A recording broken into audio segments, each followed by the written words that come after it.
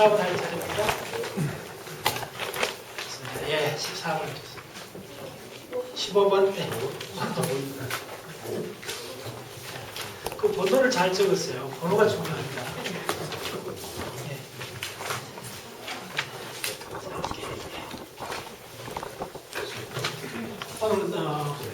오늘 별입니다. 예. 그리고 아마 올해는 별 강의 이게 원래 마지막일 겁니다. 그래서 그런 생각하시고 4시간 동안 별 이야기 하겠습니다. 먼저 별의 분류, 도대체 어떤 별들이 있는가부터 한번 별표를 해보겠습니다. 별을 할 때 가장 중요한 것은 출발은 원시성입니다. 프로토스타라고 하죠. 잠따라하세요. 프로토스타. 프로토스타. 예, 학술 용어입니다. 프로토스타. 원시성에서 다 출발합니다. 우주에 있는 모든 별들은. 네. 자, 그 다음에 크게 한 3가지로 갈라지는데 가장 큰 흐름은 주계열성입니다. 자, 따라하세요. 주계열성. 주계열성. 이게 상당히 중요합니다. 상당히 별 전체 그 통계에서는 90% 차지한다고 보시면 됩니다. 그 밤하늘 이렇게 고개 들고 봤을 때 보이는 거, 그 별은 다 뭐냐 하면 주계열성이라고 보시면 됩니다. 주계열성. 그 다음에 뭐가 있나 하면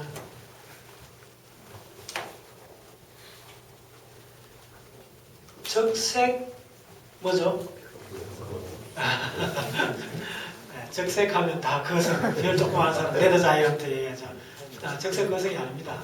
적색 거성보다 오히려 숫자적으로 더 많은 별들이 있습니다. 적색 외성입니다. 레드 하면 자이언트 항상 같이 따라 붙는데 그런 적색 거성이 워낙 인상적이 있다면 그런데 숫자로는 많지 않습니다. 적색 거성. 베텔기우스, 안타레스 다 적색 거성이잖아요. 대표적으로. 그런 별들은 그런 상태로 우연히 우리한테 가까이 있어서 우리가 알게 된 거지.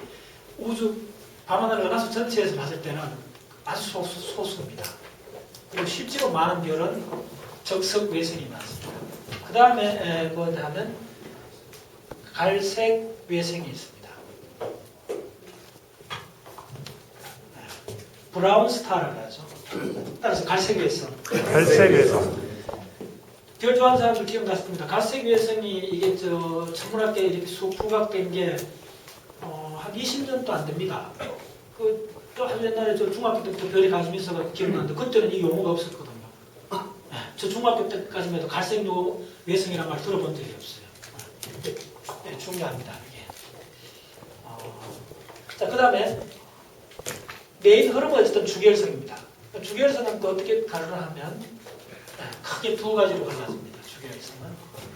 주계열성은 청색 거성하고 그 다음에 적색 뭐죠? 거성. 여기 나옵니다. 주계열성에서 나오는 적색 거성. 이렇게 갈라집니다. 자, 그 다음에 청색 거성은 또 3개로 갈라집니다. 그래서 중요하죠. 적색 거성도 미리 3개로 갈라집니다. 그래서 주계열성만 이해하면 거의 90%를 이해하게 됩니다.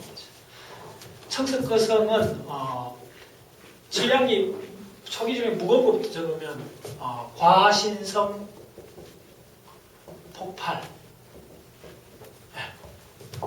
과신성 폭발. 과신성 폭발. 그 폭발은 어떤 한순간의 현상인데도 그 별의 일생의 한 스테이지거든요. 한 장면이 있다는데 별의 분류에 이런 용어가 들어갑니다. 과신성 폭발이 되고 그 다음에 자 과신성 폭발을 하고 나면 그 코아에 남는 별이 있어요. 그게 뭘까요? 자 과신성이라면 뭐냐면 한자로 오바 가장 큰 별입니다. 가장 큰 별, 별의 분류에 있어서 태양 질량의 30배 이상에서 한 100배까지 되는 폭발하면 코아가 블랙홀이 되죠. 이게. 자, 이걸 강의 들은 분들 꼭 기억하세요. 블랙홀도 별의 한 종류라는 거. 별의 한 종류.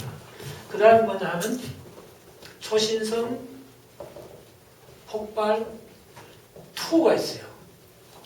따라서 초신성 폭발 2. 초신성 폭발 2. 초신성 2 폭발입니다. 여기 좀 더. 네, 2 폭발. 초신성 2 폭발. 이걸 어디로 갈까요? 초신성 2. 네. 그렇죠. 뉴트론 스타로 하죠. 중성자석. 그 다음에 뭐가 있나 하면 적색 초고성이 있어요. 적색 초고성. 적색 초고성에서 한 단계를 거쳐갖고 초신성 2 폭발로 가요. 그리고 이것도 중성자성으로 갑니다.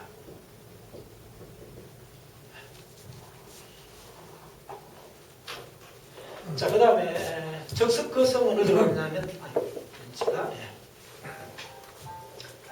적석거성은 화면을 별에서 레드 자이언트만큼 중요한 별이 하나 있어요.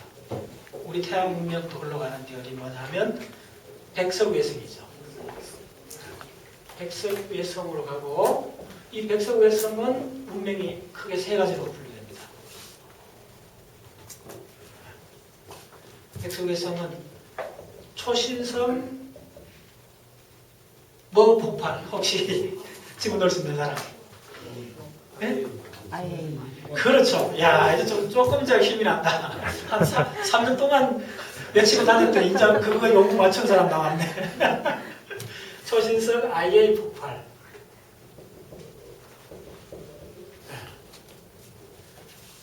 초신성 IA 폭발. 예, 현대 천문학에서 아주 참 엄청난 반응을 일으켰는 거죠. 예. 허블 망원경이 우주에 올라가서 20년 동안 했는 일 중에 가장 위대한 일은 뭐냐면 한 500여 개의 초신성 IA 폭발을 관측했어요. 그래서 1990년대 이후로 우주가 가속 팽창된다는 것이 과학적으로 결론이 났어요. 우주가 영원히 팽창됩니다. 그 지금 혹시 과학 무슨 이야기하다가 우주가 뭐 다시 수축하고 이런 이야기는 아직까지는 과학 이야기 아닙니다. 과학계에서 천문학계에서 지난 30년 동안 가장 위대한 발견은 뭐냐 하면 우주가 가속 팽창되고 있다는 걸 알게 된 거예요. 1990년대 우리 갔던 거죠. 하와이 마우나케아의 그 캡 천문대 그쪽을 중심으로 해서 나온 겁니다. 이게 500개의 슈퍼노바 IA 타입의 슈퍼노바의 그 광도 측정을 했는 그 바탕으로 나온 결론이기 때문에 상당히 정확해요. 자, 그 다음에 뭐가 있냐면 신성이 있습니다. 노바. 노바하고 신성하고 초신성은 다릅니다. 꼭 구분을 하셔야 됩니다. 신성하고 초신성 다르고 그 다음에 뭐가 있냐면 흑색 외성이 있습니다. 자, 신성은 또 어디로 가느냐 하면 자, 마지막 보세요. 신성은 백석 외성으로 갑니다.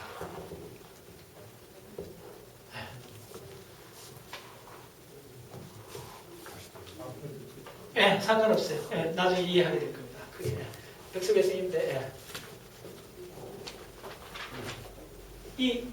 요거 지금 이렇게 적었어요. 초신성하고 신성 밑에다가 쌍성계라 적었어요. 쌍성 시스템에서 생기는 겁니다. 쌍성계. 네.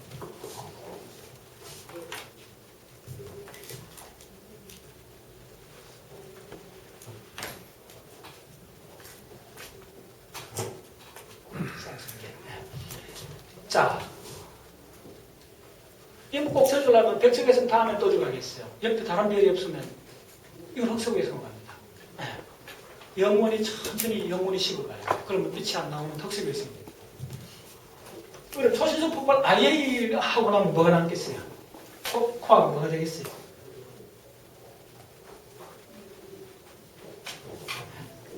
이게 참 재밌어요. 초신성 IA를 폭발하고 나면 흔적조차 없이 사라져요. 완전히 분쇄가 돼요. 그래서 뭐가 남나면 먼지하고 가스밖에 안 남아요.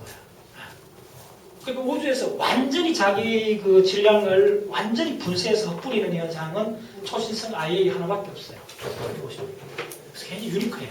그래서 이거는 어느 정도냐 하면 초신성 폭발 IA는 10억 년 혹은 50억 년 떨어진 데서 관측할 수 있어요. 한번 폭발할 때 나오는 에너지가 우리 갤럭시 전체 2천억 개의 별이 내는 에너지만큼을 한순간에 내요. 엄청나죠. 그러니까 여러분 천문학의 자료를 보시다가 책자를 보다가 내 자주 하는 이야기지만 1000만 광년 넘어갔다, 뭐가 보였다. 그럼 뭐죠? 무조건 하고 무조건 하고 갤럭시급입니다. 그러니까 그래서 요거 적어냈어요. 네, 저 수없이 이야기했는데 별을 생각하는 몇 가지 등대 다름자가 있어요. 그러니까 육안으로 밤하늘 관측했는데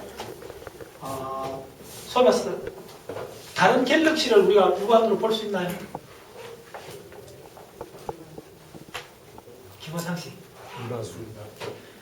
은하수는 우리 갤럭시죠. 은하수 맞아요. 은하수의 하나의 분수인데. 그렇죠. 북반구에서는 안드로메다 갤럭시 볼 수 있어요. 남반구에서는 호주 다 가갖고 수도 없이 내가 적어보라고 저 떠다니면 구름 보라고 네, 마젤란 성문, 대마젤란 성문, 소마젤란 성문. 자, 적어놓으세요. 이게 왜 희귀하냐 하면 안드로메다 성문,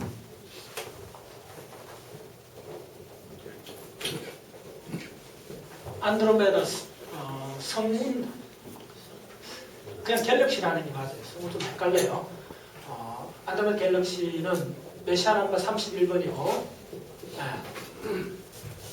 3천억 개의 별로 되어 있고 지구에서 얼마 떨어져 있죠? 230만 광년입니다. 230만 광년. 자, 이게 얼마나 유황을 바타니까 몇 등급을 보일 것 같아요? 혹시 보신 분? 안드로메다 갤럭시를 보신 분? 유황. 몽고에서. 자, 우리 몽골 간 사람 다 봤어요. 매일 봤어요. 봤잖아요. 그 딩동댕 시에도 나오잖아. 안드로메다 갤럭시 다 봤잖아요. 그때 그 본 게 우리 몽골 같으면 진짜 플레이스인데 그거는 융통성 이상 보입니다. 그래서 스타 파티 하는 데가 미국 텍사스나 몽골 이런 데는 6등선까지 다 보여요. 그래서 몽골 같은 데 가서 한발 봤다 하면 대략 6등선. 우리가 이 보통 1.5, 1.2인 시력을 가진 사람이 가장 탁한 데 가서 볼 수 있는 게 한 6.5등선까지 볼 수 있어요. 도시에서 보이는 거는 1등선 혹은 2등선. 그걸 볼게요. 그래서 북두칠성에 있는 별은 다 몇 등성이죠? 2등성입니다. 전부 다. 2등성. 자, 오케이. 자, 이게 몇 등성으로 보이냐면 6등성으로 보입니다. 겨우 보이려고 하는 거예요. 우리나라에서는 볼 수 있는 데가 드뭅니다. 강원도나 아주 불피성이 들어가야 돼요. 가을에 페가수스 사각형이 찾죠. 6등성. 왜 이걸 기억하시려고 하면요. 자, 그러니까는 천문학 강의를 제가 천문학 강의 시작한 지 몇 년 됐나. 박사학위 이후부터 계속했으니까 얼추 그때도 했고 하니까 한 20년을 천문학 강의를 계속 해오는데 수도 없이 지금까지 100차례 이상 천문학 강의를 했는데 항상 그 느끼는 게 뭐냐고요. 하고 또 하고 해도 사람들 질문해보면 오히려 어려운 수식은 따라오는데 천문학의 아주 기본적인 걸 딱 물으면 그걸 잘 몰라. 그래서 천문학을 배우려면 가장 기본적인 몇 개의 잣대를 자기 걸로 만들어야 돼요. 그 다음에 뭐냐면 단독 오늘 밤이라도 이제 천문학을 한다는 말은 뭐냐면요. 어디 낯선 곳에 가든지 어디 가든지 딱 나오면 밤이 되면 그러니까 무의식적으로 이렇게 하늘을 봐야 돼요. 꼭 그 정도가 돼야 돼요. 그렇게 되면 그 사람은 이제 저도 이제 중학교 때부터 이제 계속 그렇게 했는데 어디 가면 무조건 뭘 가면 이렇게 하늘 보면 그걸 계속 보다 보면 이제 목성이나 화성이 1년에 그 대부분 볼 수가 있어요.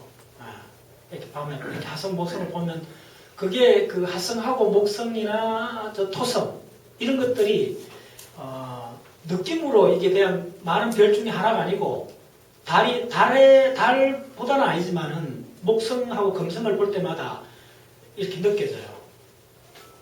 그래서 대전에서도 있다가 막 계속 저 목성이 너무 밝은다는데 서울에 있는 아는 사람한테 막 천문학 듣기 시작한 사람한테 전화를 막 걸어줘요. 그 목성 떴다 이러면 그럼 대부분 어떻게 생각하느냐면요. 일단 찾기 굉장히 어려운 줄 알아요. 그리고 어디 있어 뭐 이렇게 찾는 거 아닙니다.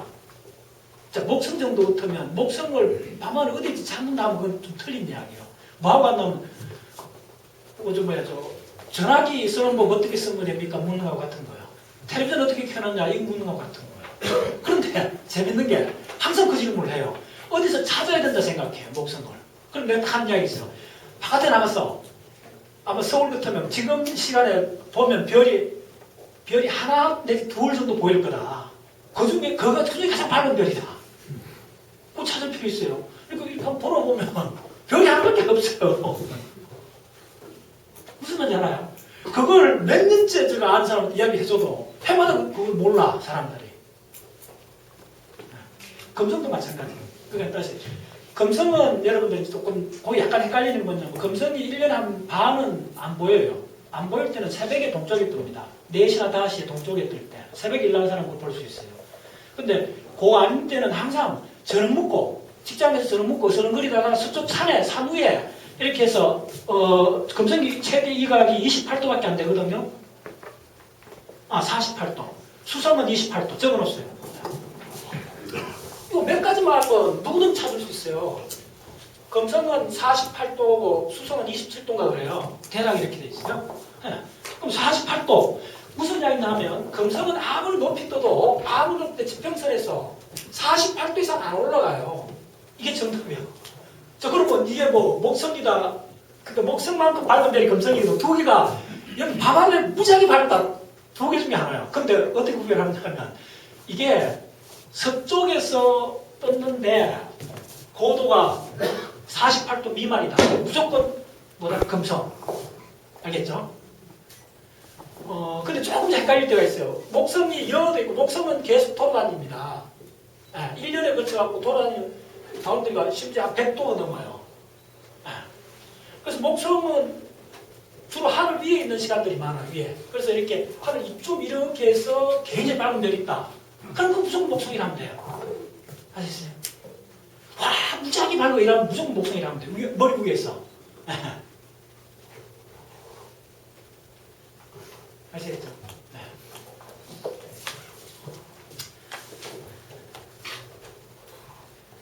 자, 그러면 수성은 어쨌든 수성은 보기 굉장히 어려워요. 수성 혹시 본 사람 누가 들어? 그걸 봐야 돼. 수성 본 사람. 수성은 난 대전에서 봤어요. 대전에서 몇 번 봤는데 미리 알아야 돼요. 보통 이제 신문에 그런 것들 요 며칠 전에도 천왕성하고 수성, 금성 다 나오는 날이 있었어요. 하면서 5월 말도 한 5월 말에도 됩니다. 신문에 납니다. 그래서 미리 알고 어떻게 되냐 하면 수성은 해가 지자마자 이렇게 태양이 이렇게 지면 태양 부근에 있어요. 볼 수가 없지 사실은. 그럼 어떻게 되냐 하면 이쪽에 있으면 태양이 이렇게 딱 지잖아요. 지면 여기 이렇게 있어요. 그러니까 해가 지자마자 옥상에 올라갔어. 서쪽입니다. 서쪽 하늘에 태양이 떨어지는 그 궤도, 황도면을 따라 이렇게 내려다 보면 희미한 별이 하나 있어요. 그게 수성입니다. 그 수성은 아무리 높이 떠도 27도 이상 안 올라가요. 그러니까 어떻게 되냐면 제가 쭉 관찰해봤더니 27도 정도 이렇게 해서 그 다음 밑으로 내려와요. 그 다음 밑으로 내려와요. 예. 그 수성은 거의 한 4등성 정도. 서울에서는 되게 보기 어려울 겁니다. 희미해요. 자, 예. 그래서 이거는 꼭 기억하세요. 그럼 이게 얼마나 중요한 지식이냐 하면 이걸 암기를 기억을 하셔야 돼요. 하면 그 다음부터는 엉뚱한 소리를 안 해요. 멀리 질문해도. 무슨 이야기냐면 잡으세요. 내가 어제 뭐 아프리카든 뭐 어디 사막에 가갖고 밤하늘 별 봤는데 저게 별인가, 뭐 갤럭시인가 뭐 이렇게 헷갈릴 수도 있잖아요. 희미한 게 있다면. 그러면 무슨 말하고 이렇게 생각하면 돼요. 그러니까 3천억 개의 별이 모여야 3천억 개의 태양이 모여야 이 대략 200만 광년 떨어져야 보일락 말락한다. 이거 기억하시면 돼요. 그러면 만약에 어떤 천문학 책을 읽다가 1000만 광년에서 어떤 별을 봤다 누가 그러면 거짓말이야. 깡그리 거짓말이에요. 육안으로 볼 수 그거는 마이너스 한 10등성 이상으로 되버는데 무슨 말인지 알겠죠? 그래서 6등성보다 높은 걸 육안으로 볼 수 없어요. 7등성, 8등성 이런 거는. 네. 그리고 요거를 머릿속에 있으면 우리가 보는 별이란 모든 현상은 우리한테 얼마나 가까워졌느냐 이 문제지. 이런 거예요. 그러니까 자, 이거 한 가지 예를 들면 하도 사람들이 그 비유를 잘 못 이해하니까 내가 어떤 이야기까지 정리합니다. 지금 여기 금성하고 목성이 굉장히 밝다고 했잖아요. 금성하고 목성하고 목성하고 내하고 거리하고 저 시리우스 가장 가까운 시리우스하고 내하고 거리 비율을 무슨 머릿속에 한번 그릴 수 있나요? 자, 그 정확한 비율이 어느 정도인지 한번요. 지금 내하고 저 앞에 앉은 분하고 거리가 저 앞에 앉은 분이 목성이면 시리우스 별 어디 있나 하면요. 미국에 있어요 지금. 아시겠어요? 이걸 좀 헷갈린다 이 사람들이. 그러니까 천문학도 그냥 질문 몇 가지면 금방 알아요. 이걸 빨리 해줘요. 뭐 이렇게 펑 튀기는데 린니하게 튀기는 게 아니고 요소 하다가 갑자기 저 지구 반대편에서 일어나고 있는 현상을 이야기하는 거예요. 그걸 놓치면 안 돼요. 그래서 이거는 별도 아니에요. 목성금성이 무슨 별이에요? 별도 아니에요. 태양빛을 그냥 받아 반사하는 것 뿐이에요. 그리고 어느 정도 가까이 나면 빛으로 달려갖고 그냥 한 10시간 정도 거리요. 하루 정도의 거리요. 근데 하나는 4년 이상 가야 되는 거예요. 그리고 시리우스나 우리 밤하늘에 보는 일등성들은 대부분 500광년 안에 있다고 보시면 됩니다. 주로 한 50광년 안에도 많아요. 그 다음에 이제 그런 걸 이해하시면 이런 기사를 이해할 수 있을 거예요. 어떤 신문을 봤더니 태양계에 무지하게 가까운 별을 발견했다. 그런 신문이 나와요. 자주 나옵니다. 태양에서 뭐 5광년 안에 어떤 별을 발견했다 나와요. 근데 아니 그럼 천문학자들 도대체 뭐 했어? 그리 가까운 별을 왜 관측 못 했어? 왜 그럴까요? 빛이 너무 희미해서 그럴 거예요. 충분히 있을 수 있어요. 태양계 바로 끝나는데 무슨 별이 있는지 없는지 슈하게 이야기 못해요 지금부터. 전적으로 뭐하고 하겠냐면 내는 빛의 강도 그거가 바로 옆에 있든지 미국만큼 떨어져 있든지 이런 양상이 되어버려요. 자, 그 다음에 북반구에서는 대마젤란 남반구에서 그렇죠? 이건 북반구죠. 자, 그래서 꼭 여러분 안 그러면 갤럭시 보고 나서는 저한테 전화해 주세요. 박박사님 봤다고 저 검증해 드릴게요. 꼭 보시고 육등성입니다. 우리나라에서도 보입니다. 봤습니다. 제가 대전 동학사 부근에서도 봤어요 몇 번. 자, 대마젤란 성문은 어떻게 되느냐 하면 또 기억하세요. 별이 100억 개로 되어 있어요. 100억 개 별이 되어 있고 17만 광년 떨어져 있어요. 만 광년.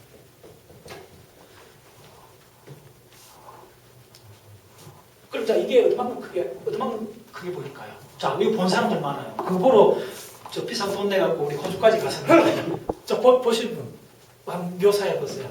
우리가. 그래갖고 내가 막 밤에 다 모아놓고 저거 보라고 우리 저거 보러 왔다고 다 봤지 하면서 확인까지 다 했잖아 사람들한테. 그 얼마만큼 컸어요? 보는데 힘들었어요?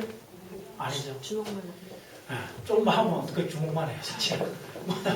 그러니까 마젤란이 클라우드라 그러잖아요. 뭐 이렇게 저도 호주 지금 3번 가봤는데 첫 번째 갔을 때 마젤란 성물이 어디 있나 계속 생각하다가 어느 날 새벽에 서핑백에서 사막에서 이렇게 자면서 설빙복을 싹 내가 뚝 봤더니 그러니까 호주 그 사막 들어가면 진짜 구름 한 점 없어요. 뭐가 무슨 이렇게 흰 빨래 같은 거 걸어놨는지 막 그래 이게 새벽이지만은 이렇게 밤하늘에 이뭐 뿌연 게 이렇게 걸려 있어요. 느낌이. 나 참 분음인 줄 알았어. 근데 분음이 하나도 없는데 항상 계속 봤더니 암죽거리는 거야. 그게 뭐냐? 마젤란 성물이에요. 충격적이야. 그래서 우리나라 사람들이 그렇게 많이 호흡하는데 아마 1년에 한 몇만 명 갈 것 같은데 마젤란 성문 보고 왔다는 사람들 이야기하는 사람 거의 못 들었어. 안 볼 수가 없는데. 그게 마젤란 성문이 어떻게 되냐면 이런 덩어리를 보여요. 대마젤란 성문이 보이고 소마젤란 성문이 보이고. 그 다음에 그 자주 이야기하죠. 은하수가 이렇게 흘러요.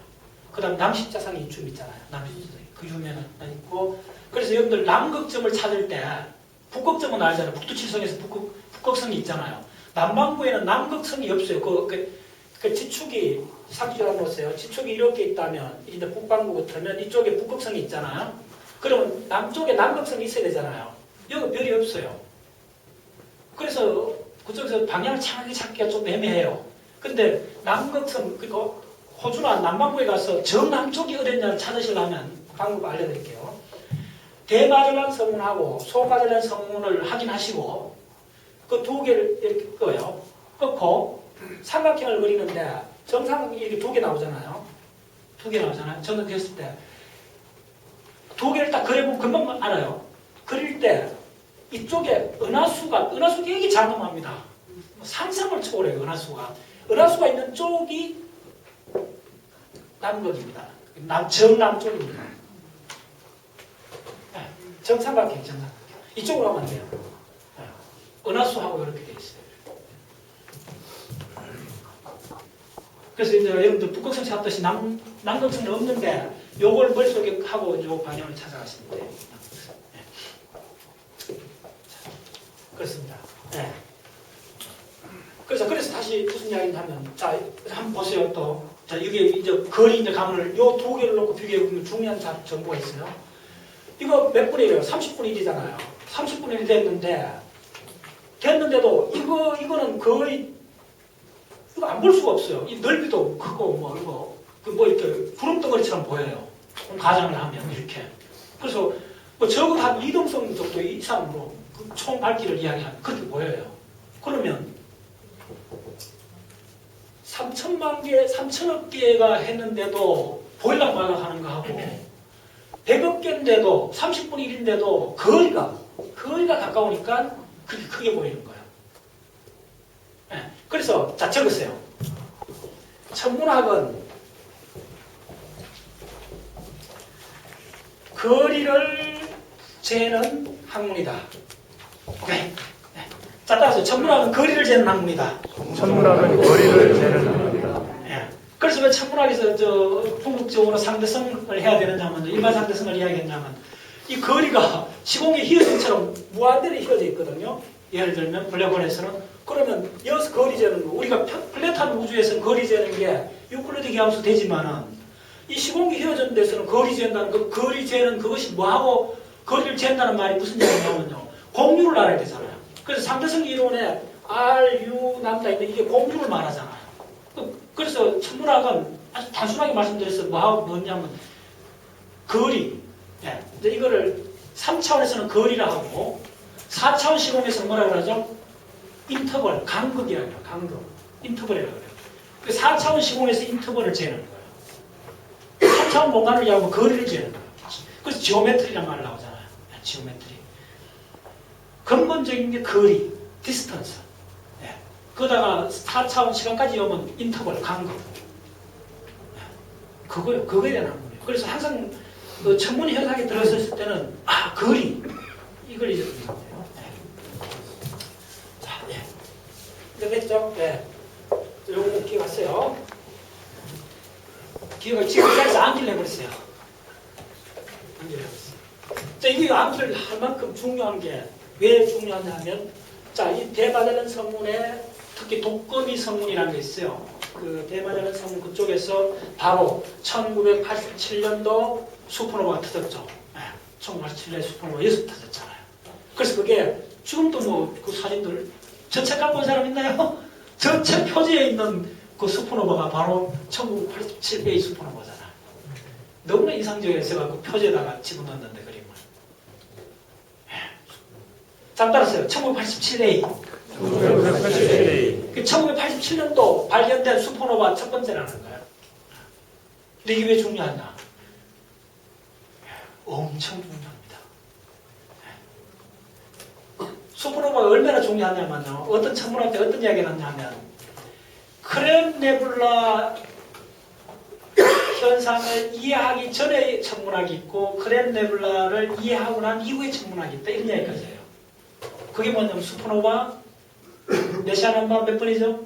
크렘 네뷸라 계좌의 성분 메시아 넘버 1번 1054년도 슈퍼노바 떴었는데 대낮에도 보름 동안 대낮에도 보였대요. 별이. 중국 송나라 사서에 기록되어 있는데 그러니까 얼마나 그 당시에 사람 놀랐겠어요. 대낮에도 보입니다. 별이. 그건 언제냐 하면 우리 밀키웨이 우리 은하수에서 터졌어요. 슈퍼노바가. 우리 은하수 안에서 우리 은하수가 대략 2,000여 개 별인데 우리 은하수 안에서 슈퍼노바가 터진 게 기록된 게 역사적으로 3건이 있습니다. 이게 티코 브라헤 했던 티코 브라헤가 발견했던 첨하고 케플러 슈퍼노바는 어디 있죠? 카시오페아 자리 부분에 있어요. 카시오페아 자리 부분에 있고 그 다음에 티코 브라헤가 발견했는 거하고 그 다음에 크렘 네뷸라 M1 이 세 가지가 그 유일하다시피 해요. 근데 어떤 그 서사고고학자가 아메리카 인디언 그 유적지에 바위에 새겨진 그림이 있죠. 혹시 이런 거 보신 적 있어요? 고고학자를 아메리카 인디언들이 저런 거 좀 뭐야 메서버드 내셔널 파크 이런 데 가보면 그 다음에 페트로파이드 내셔널 포레스트 이런 데 아리조나 평원에 가보면 만 년 전에 인디언들이 살았던 유적지에 그 바위에 이렇게 수초로 이렇게 그림 그리는 게 있어요. 이렇게 뭐 암각화가 있는데 그 암각화에 이런 암각화가 있어요. 천문학 책에 항상 나오는 유명한 사진입니다. 이게 뭐냐면 요 초승달이 있는 거 그래요. 그래서 뭐냐면 이게 인간의 손이요. 그 인디언들이 놀라운 현상을 봤는데 표현할 길이 없으니까 자기 손을 그리고 그 다음에 무지하게 밝은 별을 하나 그린 거야. 슈퍼노바 터진 걸 본 거야. 슈퍼노바 터진 걸 본 거야. 그렇죠. 자,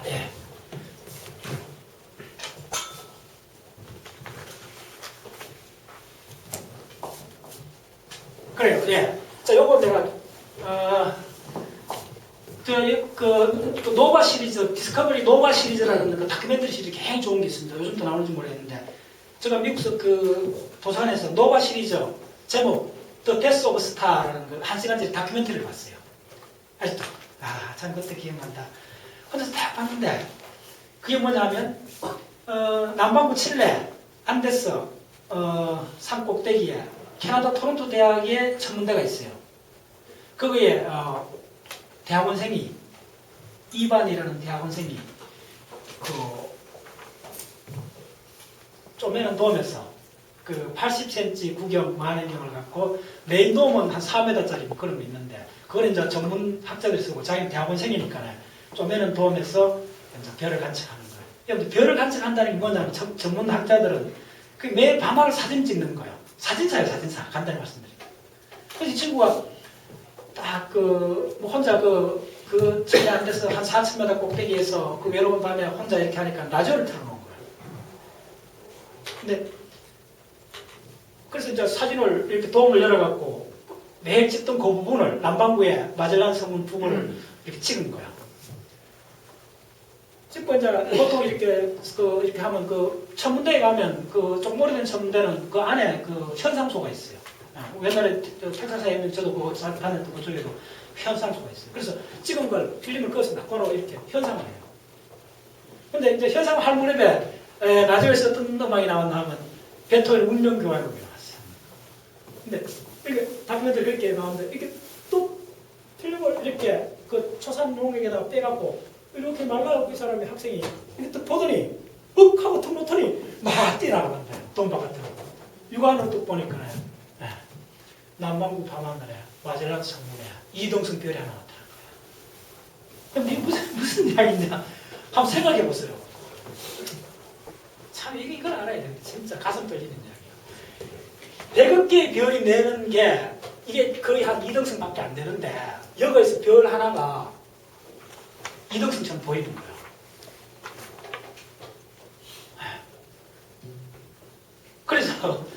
그래서 막바로 그 국제 천문 연맹에다가 무선을 쳐요. 슈퍼노바 발견했다고. 그리고 한 달 후에 어떻게 되느냐 하면 지구상의 유명한 천문학자들이 거의 대부분 워싱턴 DC에서 모여갖고 국제 학술대회를 열어요. 임시대회를 열어요. 왜? 바로 1987의 슈퍼노바 터진 거에 대한 관측 결과, 한 달 만에 관측했는 결과를 하기 위한 학술대회를 해요. 그 장면을 그 다큐멘터리를 보여주는데 와 대단해요. 거의 한 1000여 명의 학자들이 모여있는 데서 이 대학원생이 기립박수를 받으면서 입장을 해요. 그리고 지금 그래서 어떻게 되냐면 왜 이렇게 많은 천문학자들이 이렇게 경악을 했느냐 하면요. 근데 그게 왜 그렇게 중요한 현상이었는가를 이해하시면 이게 가정이 아니라는 걸 알게 돼요. 그래서 우리가 이야기했던 중성미자라든지 이런 많은 물리적 현상이 이걸 하나를 통해 갖고 명확하게 실체가 있다는 게 밝혀진 거예요. 천문 현상으로서. 그리고 이 현상 이후로 나왔던 유행하는 용어가 뭐냐면 중성미자 천문학이라는 한문 분야가 생겼어요. 한번 따라서 중성미자 천문학. 중성미자 천문학. 예, 누트리노 천문학이라 해서 생겼고 그 계열에서 사실은 2008년도 일본에서도 노벨상을 받았죠. 다 그 계열입니다. 그래서 자 따라서요. 1987A. 1987. 오늘 가서 저 책 갖고 있는 사람은 저 책 표지를 한번 보세요. 그게 바로 있는 그게 1987년의 슈퍼노바입니다. 네. 자, 예. 그래서 자 중요한 거는 어떻게 되느냐면요. 자, 적으세요. 이것들이 분류하는 거가 질량에 따라서 분류합니다. 질량에 따라서. 그래서 0.01에서 0.08 자, 태양 질량. 자, 빨리 적으세요. 요 사이에 있는 건 갈색 외색이 돼요. 갈색 외색은 별이 아닙니다. 엄밀히 말해서. 핵융합을 하지 않아요. 핵융합의 인계치가 0.08 태양 질량. 자, 이렇게 표시한 건 태양 질량입니다. 그 다음에 이것은 그대로 0.08에서 0.25 태양 질량. 요게 사실 중요합니다. 그 다음에 적석거성으로 갈 때 어떻게 되느냐 하면 0.25에서 1.4 태양 질량. 그 다음에 이 적석 초고성부터는 어떻게 되냐면 1.4에서 12 태양 질량. 그 다음에 12에서 30 태양 질량. 그 다음에 30 이상. 이렇게 보여드립니다. 됐죠? 네. 이게 중요해요, 이게. 이게 왜 중요하냐 하면, 자, 칼라로 적어주세요. 왜 중요하냐 하면,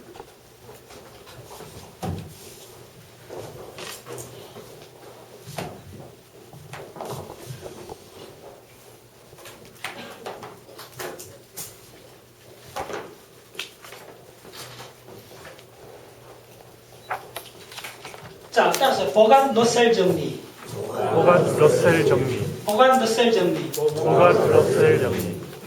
천문학에서 적어서 가장 중요한 정리 중에 하나입니다. 뭐냐면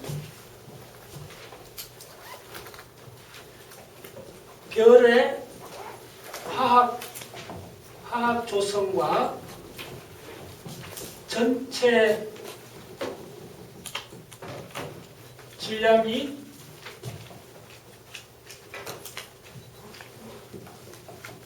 별의 평형 상태를 완전히 결정한다. 이 가장 중요합니다. 네, 그대로. 네. 자, 이 보간 너셀 정리에서 천문학에서 천문학 정리가 좀 드문데 이게 아주 근본적인 원칙입니다. 뭐냐면 별의 화학 조성, 별의 화학 조성하고 별의 전체 질량. 전체 질량이 자 별의 평형 상태. 자 따라서 평형 상태. 평형 상태. 지난 시간 연력학 할 때도 평형 상태 이야기 나왔잖아요. 우리가 물리적 현상을 수학적으로 기술할 수 있는 것은 대부분 평형 상태일 때입니다. 네, 평형 상태. 자, 지금은 태양은 어떤 상태로 되어 있나 하면요. 태양은 두 개의 평형 상태로 되어 있죠. 태양을 이렇게 그려보시면 뒤에 또 설명드릴게요. 태양 안에는 어떻게 되어 있나 하면 복사 평형이 되어 있고 이쪽은 대류 평형이 되어 있습니다. 자, 물리적으로 평형이란 말은 어떤 물리 상수가 시간에 대해서 변하지 않을 때를 평형이라 합니다. 엄밀한 정의가 평형은 뭐냐면 물리 상수가 시간에 대해서 독립일 때, 시간에 대해서 변하지 않을 때. 네.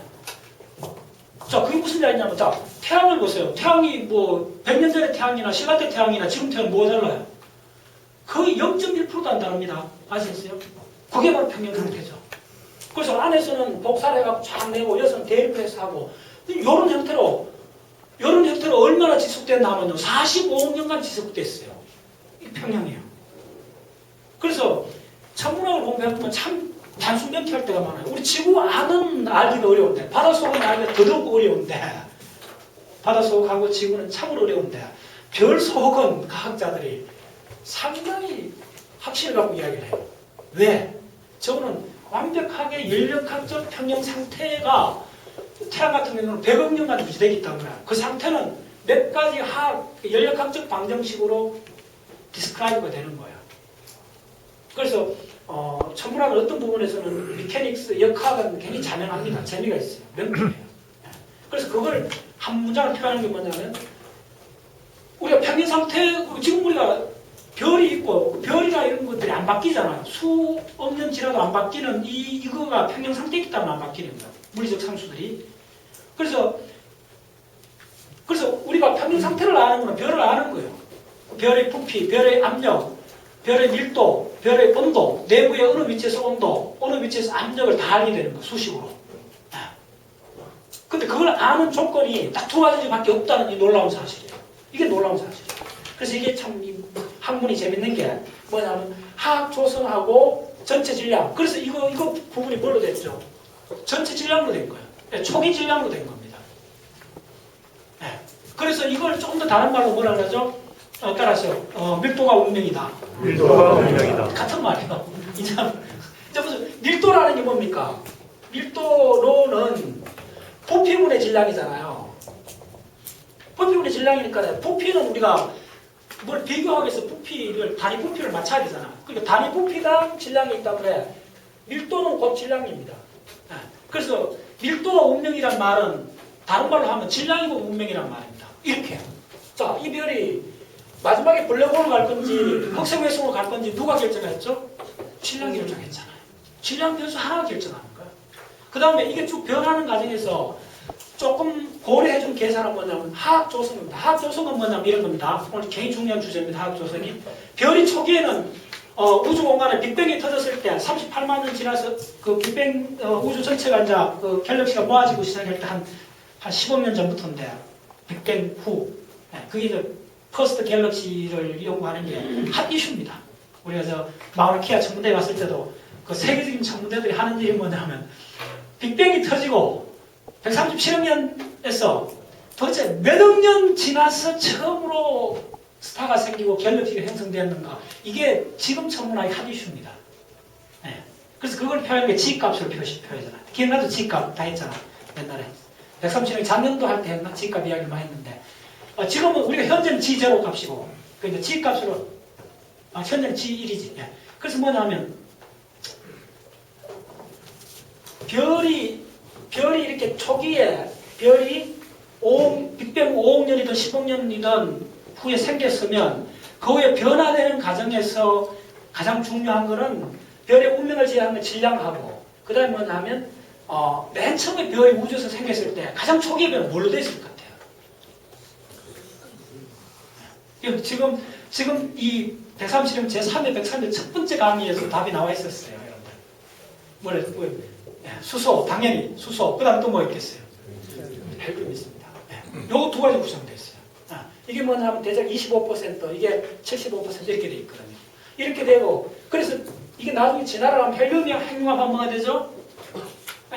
카본이 되고 산소가 되고 마그네슘이 되고 수축되고 그러면 이때 되면 이게 조성이잖아요. 화학적 조성이잖아요. 무슨 말인지 알겠죠? 화학적 조성 그러니까 원소 엘리먼트가 별 속에서 어떻게 바뀌어가고 있는가 그걸 말하는 겁니다. 그래서 별의 운명은 화학 조성하고 별의 전체 질량만 알면 되는데 특히 전체 질량은 뭘 말하는 게 초기 질량입니다. 처음으로 별이 스타가 탄생 딱 했을 때 핵융합했을 때 딱 별이 됐을 때 그 초기 질량이 그 별의 운명을 좌우해요. 그런데 미리 말씀드리겠는데 이게 굉장히 나중에 복잡해지는 이유가 뭐냐면 이 질량이 큰 별들은 그 태양 질량이 50배 막 이렇게 되는 별들 어떻게 되냐면요 수명이 무지하게 짧아요. 수명이 우리 태양은 얼마쯤 될 것 같아요? 최소한 100억 년은 넘습니다. 지금 한 50억 년 지났으니까 앞으로도 50억 년 더 충분히 살아요. 주계열성으로 그냥 살아요. 이 뒤에 굉장히 재밌습니다. 주계열성으로 계속 사는데 그 다음은 급격하게 바뀌어져요. 무슨 이야기인지 하면 이런 거예요. 천문학을 한다는 건 이런 이야기예요. 바로 옆에 있는 사람 이야기하다가 갑자기 미국 이야기하는 하고 동일한 그걸 따라오셔야 돼요. 무슨 이야기인지 하면 자 보세요. 수명도 마찬가지예요. 수명도 100억 년 단위로 이야기하다가 갑자기 100만 년 단위로 이야기를 해요. 확 왔다 갔다 해요. 그러니까 주계열성에서는 100억 년을 보내도 주계열 빠져나오면 뭐 몇천만 년 이렇게 사이로 가버려요. 근데 그게 전적으로 결정하는 건 초기 질량. 초기 질량이 태양 질량의 50배이 되는 별들은 별 전체 수명이 1000만 년 정도밖에 안 돼요. 이렇게 생각하시면 돼요. 1000만 년. 요런밖에 안 돼요. 그리고 그 과정에서 굉장히 급격하게 외곽 가스들이 다 분출돼요. 그래서 자기 갖고 있던 초기의 질량의 50% 이상이 사라져버려요. 그런 것 굉장히 중요합니다. 자,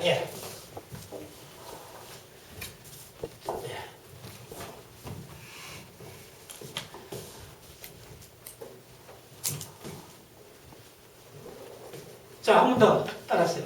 화학 조성. 그래서 화학 조성은 어디로 모아지느냐 하면 따라하세요. 그 평균 입자수, 평균 분자수라 그래요. 평균 분자수. 자, 여러분들 요거 나중에 이제 왜 그렇게 되나 쭉 이야기 드릴게요. 따라서 평균 분자수. 그걸 이야기합니다. 그 안에 여러 가지 평균 분자할 때 꼭 분자라 생각할 필요 없어요. 천문학자들이 일반 물리학자들하고 조금 다르게 용어를 쓰는 게 좀 달라요. 보통 그 천문학에서 메탈이란 말이 나오는데 메탈 하면 무슨 우리가 뭐 구리나 알루미늄 이런 생각하는데 그렇지 않아요. 천문학에서 메탈이라 하면 수소하고 헬륨 제하고 다 메탈이요. 아시겠어요? 딴거리 그렇게 이야기해버려요. 근데 그게 실제로 더 의미가 있어요. 따져보면.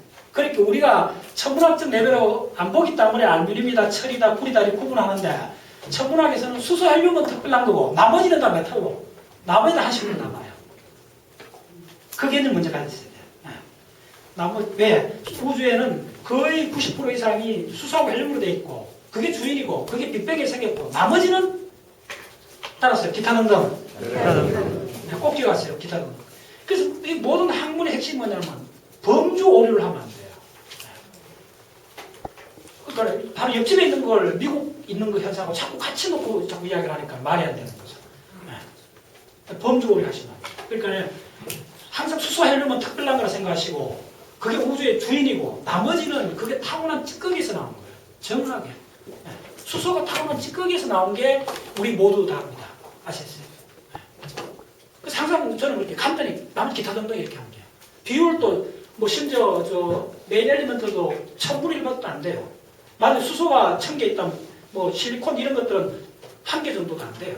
그 다음에 또 다른 쪽으로 넘어가면 저 밑에 들어가면 100만 분의 1밖에 안 돼요. 없다고 보면 돼요. 그 없는 것들이 또 이렇게 모아갖고 우리 지구도 많이 그게 참 재미가 있어요. 이 천문학을 이렇게 찾아하다 보면 스케일에 이걸 빨리 하는 이걸 배워요. 자, 그래서 이 화학조성, 다음부터 화학조성. 전체 질량. 밀도가 운명이다. 저렇게 어떻게 이렇게. 곧 밀도가 질량이죠. 그래서 이런 운명을 갖게 되는 거예요. 오케이. 자,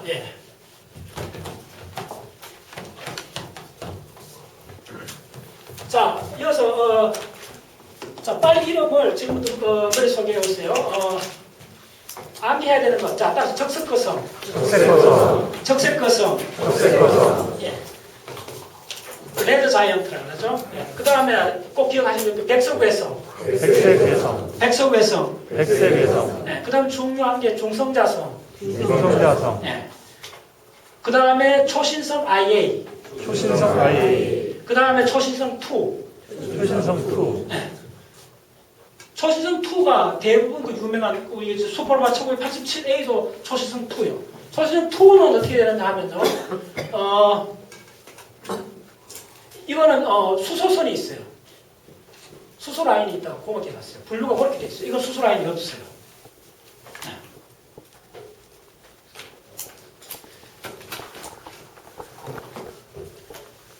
자, 그 다음에 예.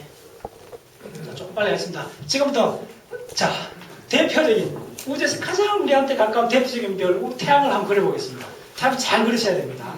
태양을 그리고 별이 이런 거라는 게 머릿속에 꼭 집어넣고 먼저 그렇게 나가야 돼요. 자, 태양을 그려보겠습니다.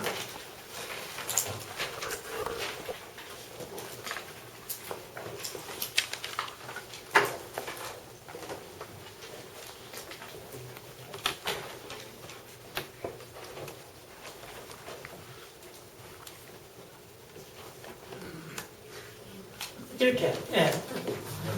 이렇게 봐야 돼. 내부를 보고, 내부하고 외부를 한꺼번에 보여주는 그림입니다. 예, 그렇게 보세요. 예. 어떻게 되냐면요, 예.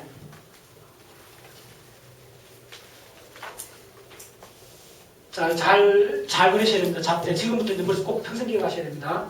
태양 반지름이죠. 예. 태양 반지름이고, 어떻게 되느냐 하면, 요 안에서 이렇게, 자, 색깔로 그렇게 있습니다. 색깔로. 자, 색깔로 좀 그리세요. 색깔이 온도 안에 이제 빨간색이니까. 자, 코어에 요렇게 여기서 핵융합이 일어나는 부위. 요게 태양 코어에서 0.25 정도입니다. 4분의 1 안에만 일어나고 있어요. 더 밀으면 10%. 예. 태양 질량의 10% 안에 코어에서만 핵융합이 일어난다. 꼭 기억하세요. 예. 그 다음 층이 어디냐 하면 이렇게 그렸어요.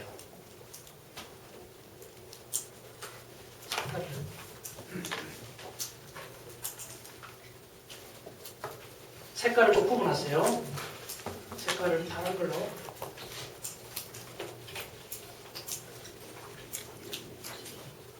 자, 이렇게. 자, 빨리 하겠습니다. 자, 요게 뭐냐 하면, 이 층이 그 유명한, 무슨 층이냐면, 복사층입니다. 따라서 라디에이션. 예, 복사층. 복사층이 어디까지 있느냐 하면요, 0.8까지 있어요. 그러니까 태양의 80%가 복사층입니다. 네, 길이에 있어서 핵에서부터. 그럼 뭐 태양이 반지름은 얼마나 하면 이 R은 70만 킬로입니다. 따라서 70만 킬로. 70만 킬로. 네, 그거 암기하셔야 됩니다. 네. 암기만큼 더 명하고 한번 암기해놓으면 이게 작대가 되기 때문에 그 다음에 별 하면 어느 정도다. 자, 지구 반지름이 몇 배 될까요? 네, 그 기억하십니다. 지구 반지름이 109배입니다. 지구 반지름, 그것도 기억하세요? 지구 반지름 109배예요. 질량은 지구 질량의 몇 배? 네. 지구 질량의 33만 배, 대략 30만 배. 네. 그럼 이제 태양 이제 감 잡았죠, 여러분들. 그러니까 뭐 30만이 뭐 같은 거 돼야 여기 무슨 도시, 안양이나 뭐 이쯤 되는 도시 인구 전체 하고 지구하고 지구는 태양 질량의 30만 분의 1이요. 이제 게임이 어떤 게임인지 알겠죠? 반지름은 100분의 1. 109배. 109배. 자, 그 다음에, 그러면 이게 한 40만 킬로가쯤 될 거예요. 계산해 보면 평 나오죠. 0.8까지. 자, 그 다음에 어떻게 되냐면요. 잘 그리세요. 그 다음에 있는 층이, 이렇게 까만 선으로, 요 한 층이 돼 있어요.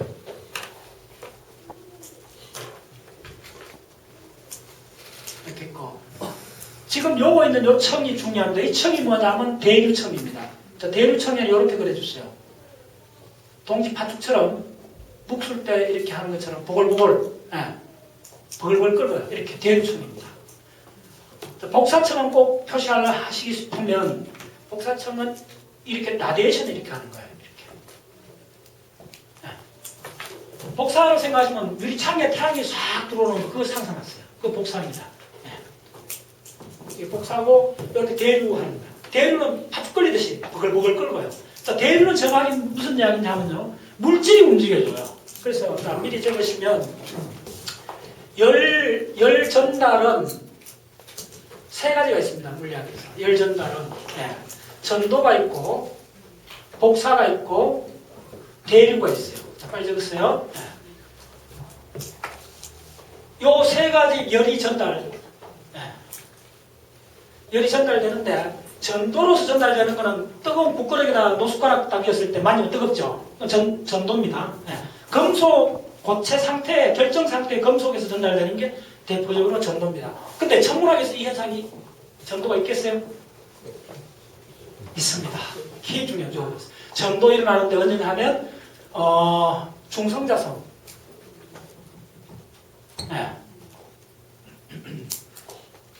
중성자성에서 일어나고 헬륨 플래시.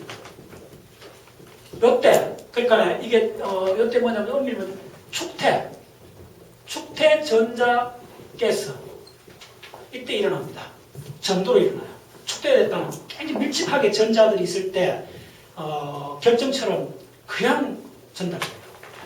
그래서 이렇게 되면 헬륨 플래시 나중에 설명하는데 그 지구 덩어리 만한 곳에서 표면의 한 지점에서 핵융합이 일어나면 지구 전체가 수분 만에 다 핵융합이 일어나는 거예요.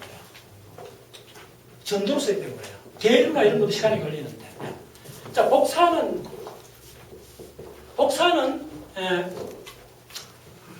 뭐냐 하면 이런 거죠. 그게 광선 형태로 진공 중에 이렇게 에너지를 전달하는 거예요. 광선 형태로. 대류는 물질이 이동하는 거예요. 물질이 이동.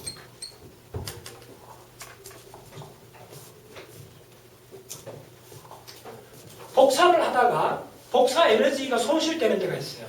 뭐겠어요? 이게 뭐냐면 전자산란하고 광전리 이 두 현상이 굉장히 중요합니다. 따라서 전자산란, 광전리. 전자산란은 뭐냐면요. 일렉트론이 막 이렇게 있으면 포톤이 가는 게 복사잖아요. 복사에 가다가 부딪혀서 튕겨지는 거예요. 그렇죠? 이게 전자산란입니다. 그 다음에 광전리는 뭐냐 하면 이렇게 원자 핵이 있으면 전자가 이렇게 돌아가잖아요. 이 전자 돌아가는데 광자가 이렇게 들어가면 이 전자가 튀어나오잖아요. 그러면 이때 이 광자가 이렇게 반사하는 형태로 이렇게 나와요. 그러니까 원자 핵 주위에 있는 전자에 에너지를 주거나 받거나 했을 때 일어나는 게 광전리입니다. 특히 이제 광전리는 좋았을 때 이건 완전히 튕겨갖고 자유전자로 바꾸려 하면 이 에너지가 얼마나 돼야 되겠어요? 굉장히 중요합니다. 그냥 지금 안 켜는 사람 답 툭 나와야지. 그렇죠. 잘 아시네요. 13.6 일렉트론 볼트만 주면 이게 프리 일렉트론이 되어버리잖아요. 자, 이거 온도로 바꿔보세요. 13.6 일렉트론 온도로 바꿔보세요. 또 이건 암기하라고 그랬는데. 대략 몇 도? 1 일렉트론 볼트 몇 도? 11,000. 그렇죠. 11,000도니까 11일렉트론 볼트 오잖아요. 그럼 얼마야? 10만 도잖아요. 그럼 이건 한 가지잖아요. 이게 이런 지식이 왜 중요하냐면 10만 도 레벨부터면 보다 전자가 분리된 상태로 있다는 걸 알잖아요. 그러면 여기 온도 이거 보면서 여기 10만 도가 안 되면 어떻게 되죠? 저거는 수소 원자 형태로 있을 수 있다고 알 수가 있죠. 이게 진짜 과학 지식이에요. 다시 한번. 왜 제가 누차 이런 기본 숫자를 암기를 하시라 하는가면요. 혼자 상상을 해보면 기본 지식을 몇 개만 조합해보면 천문학책 웬만한 거 읽어도 다 알게 되는 거예요. 다 아는 사실을 적어놓은 것밖에 안 돼요. 사실은. 다시 한번. 이건 굉장히 중요합니다. 원자 핵의 전자를 이 전자를 자유전자로 바꾸는데 들어가는 에너지가 13.6일렉트론 수소 이온화 에너지잖아요. 그런데 그걸 온도로 바꿨더니 대략 10만 도 오다잖아요. 10만 도 오다라고 하면 이게 만약에 15만 도나 20만 도쯤 되는 온도가 그러면 전자가 못 붙어 있겠죠. 그러면 이게 만약에 한 5만 도 되거든요. 전자 붙어 있겠죠. 그러면 전자가 붙어 있으면 수소 원자에게 전자가 붙어 있으면 수소 중성 원자가 되잖아요. 그럼 이게 왜 중요하냐면 수소 중성 원자는 별 표면에 이 태양 표면에 사실 중성 원자들이 많아요. 그래서 복사 에너지를 못 나가게 막아요. 차폐 현상이 일어나요. 네. 그래서 그걸 생긴 것에 따라서 불투명성. 불투명. 네. 불투명하다는 게 여러분들 투명하다는 말이 뭐예요? 유리창에 빛이 들어와 투명하다는 거는 빛이 그냥 통하잖아요. 불투명하다는 말은 빛이 와서 흡수돼 버려요. 빛이 어디 흡수되느냐 하면 이 전자를 살펴시키는데 흡수돼 버리는 거예요. 그래서 그쪽에서는 빛으로 뭔가고 물질이 직접 이동을 해서 대류를 만들어주는 거예요. 에너지를 전달하기 위해서, 열을 전달하기 위해서. 네. 오케이? 예. 그래서 공부하는 비결은 누차는 이야기지만 기본적 작대되는 유닛들을 그 자리에서 암기를 하시고 매일 그걸 생각하면 조합을 해낼 수가 있어요. 자, 그 다음에 이 청이 대류청입니다. 그래서 태양은 아래 핵융합하는 코어가 있고 그 다음에 복사 에너지가 나가는 80% 되는 복사청이 있고 마지막에 대류청이 있어요. 대류청이 14만 킬로인가 그래요. 그리고 자 마지막에 요 있는 요 얇은 청이 뭐냐면 적으세요. 이 얇은 청이 광구입니다. 광구. 여러분들 나가고 여름에 우리 어릴 때 태양광 서로 본 적 있잖아요. 보면 팍 이글이글거리잖아요. 근데 우리가 입체로 생각하셔야 돼요. 그 이글거리는 우리 광구를 보고 있어요. 광구. 광구가 두께가 얼마나 하면 300km 정도예요. 우리는 육안으로 관측할 수 있는 태양은 표면에서부터 300km밖에 안 보여요. 그 안은 볼 수가 없어요. 불투명해요. 그걸 보고 있어요. 네. 자, 그 다음에 실제로 이제 그 천문대 가서 여러분들 보면 어떻게 되어 있나 하면 예. 자, 그 다음 그리세요. 어떻게 되어 있나 하면 이렇게 되어 있잖아요. 자세히 보면 자, 하겠습니다.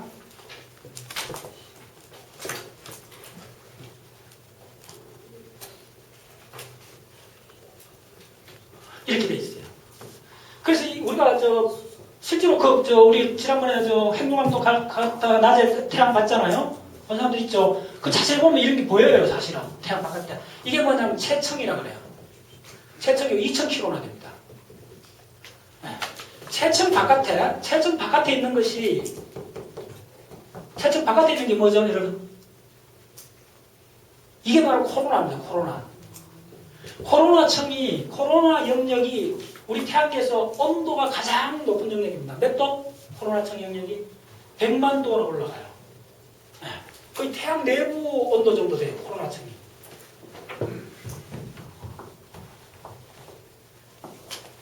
자, 그 다음에 잘 보세요. 이거는 뭐냐 하면 플로렌스라고 해갖고 이거는 홍염이라고 그래서 다른 말로 홍염.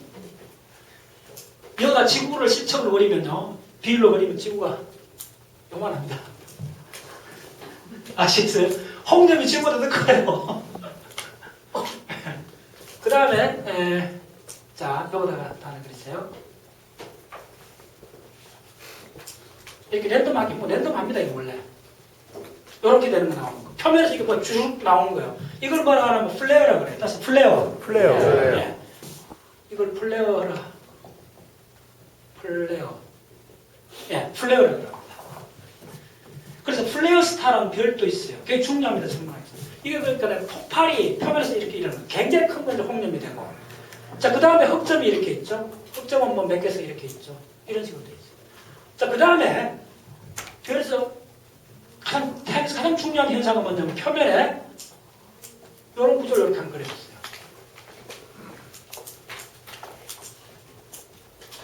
한 직경이 1000km쯤 되는 이게 뭐냐면 그레주얼 쌀알 구조가 나와요. 이걸 우리나라 말로 쌀알 구조인데 이거는 잘 들어서 굉장히 중요한 태양에서 이 쌀알 구조는 이 대류청이 이렇게 동지 파축처럼 볼볼 끓잖아요. 끓으니까 요게 한 기둥으로 생각했어요. 간단히 이해하시려면. 그러니까 여기에 이 청에 10만 킬로 넘는 이 청에서 이게 부글부글 끓어갖고 물질 덩어리가 요 밑에 올라가면 여기 온도가 높잖아요.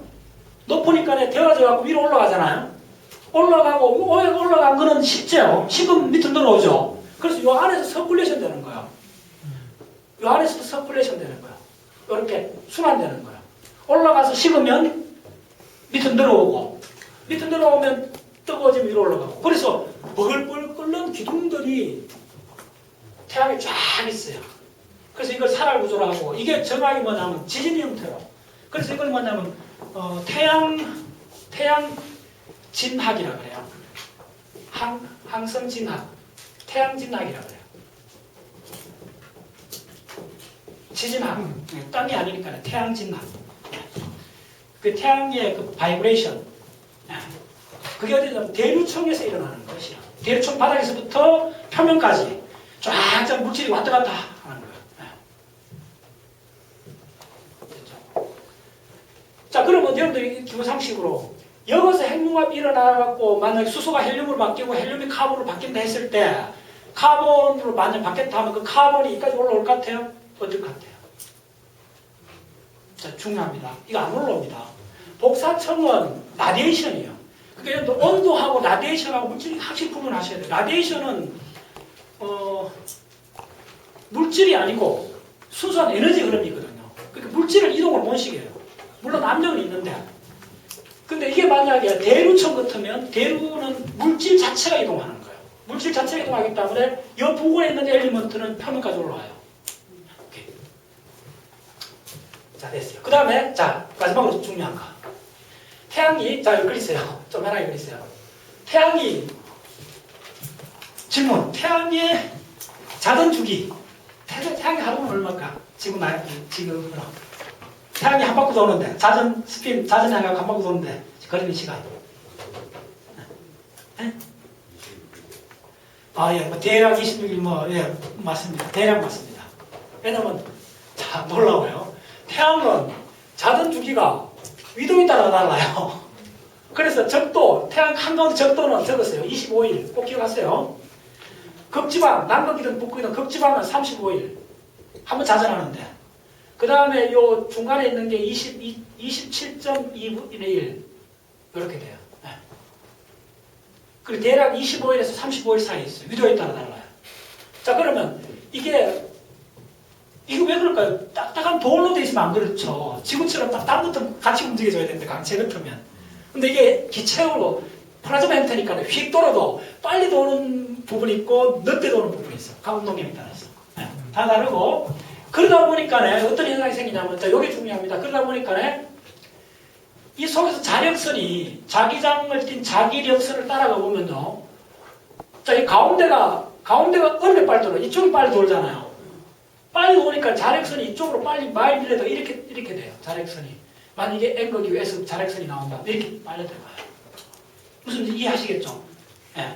왜냐면 자력선이 나온 것도 물질하고 관계 있잖아요. 그 전하를 띈 물질의 이동하고 같으니까 빨리 가는 거예요. 자력선이. 그 다음에 이게 만약 수십 번 회전을 했다 생각해보세요. 그러면 자력선이 어떻게 되냐면 막 이렇게 여러 번 겹쳐져요. 겹쳐지면서 많은 책에도 설명되어 있는데 자력선 일부가 이렇게 홈치게 돼요.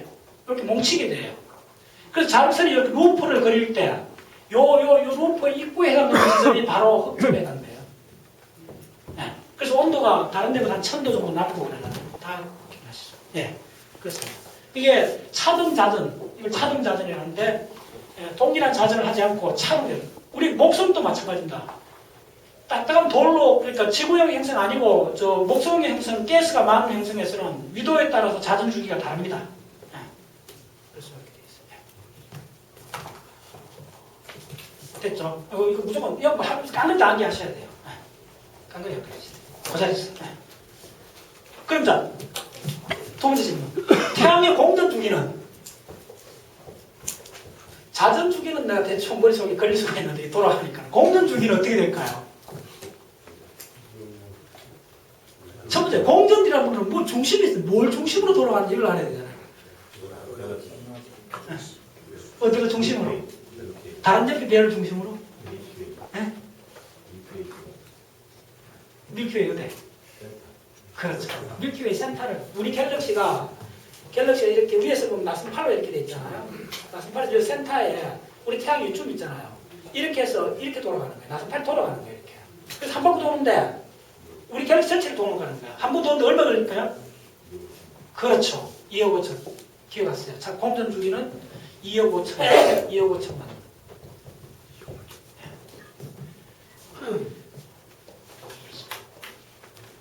공전 주기는. 이게 우리가 이제 우리 별이 혹별이 있다는 거예요. 쌍별은 어떻게 대부분 자 기본 상식인데 밤하늘의 별의 50%는 밤하늘의 별의 반은 쌍성으로 되어 있어요. 두 개별로 되어 있어요. 두 개별 때문에 이때는 공전할 때는 어떻게 되냐면 자, 두 개별로 됐을 때 공전 주기는 어떻게 사라지느냐 잠깐 말씀드릴게요. 자, 이만한 별이 있고 요만한 별이 있을 때 야들은 물론 지구하고 답도 마찬가지입니다. 사실 엄밀히 말하면 어떻게 따져야 되냐면 두 질량에서 질량 중심을 중심으로 공전을 해요. 이 질량 중심이 어떻게 되냐면 무거운 쪽에 있어요. 무거운 쪽 가까이 있어요. 여기 있을 거네. 그러니까 이 무거운 별은 진동하듯이 거의 안 움직거리잖아요. 적은 별은 이렇게 많이 움직거리잖아요. 그래. 자, 네. 자, 이제 기본 상식 좀 더 체크하고 됐죠? 네.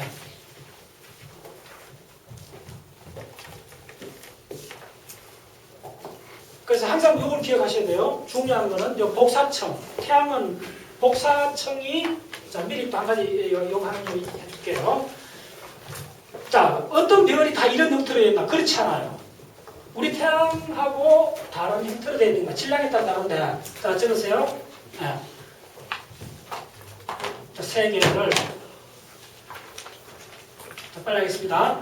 질량이 0.26 태양 질량에서 1.5 태양 질량 사이에 있는 별은 안에가 코아가 뭐가 되죠? 우리 태양에 속해 있잖아요. 코아가 복사청이고 복사고 외곽이 대류입니다. 근데 질량이 1.5 이상이면 이게 반대로 돼 있어요. 역전이 돼 있어요. 이게 놀라워요. 안에가 뭐냐 하면 대류고 바깥이 복사입니다. 그리고 별의 질량이 0.26보다 적으면 태양 질량이 0.26보다 적으면 이건 전체가 별 전체가 대류입니다. 대류. 또 기억하셔야 됩니다. 자, 졸지 말고 해.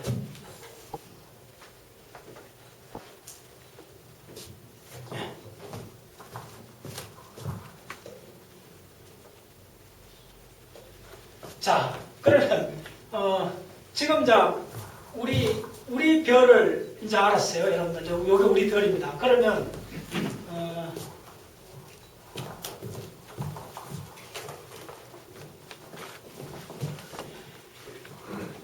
미리 자 우리 별의 일생이 어떻게 되는 걸 말씀드릴게요. 우리 별의 일생이 이거 치우고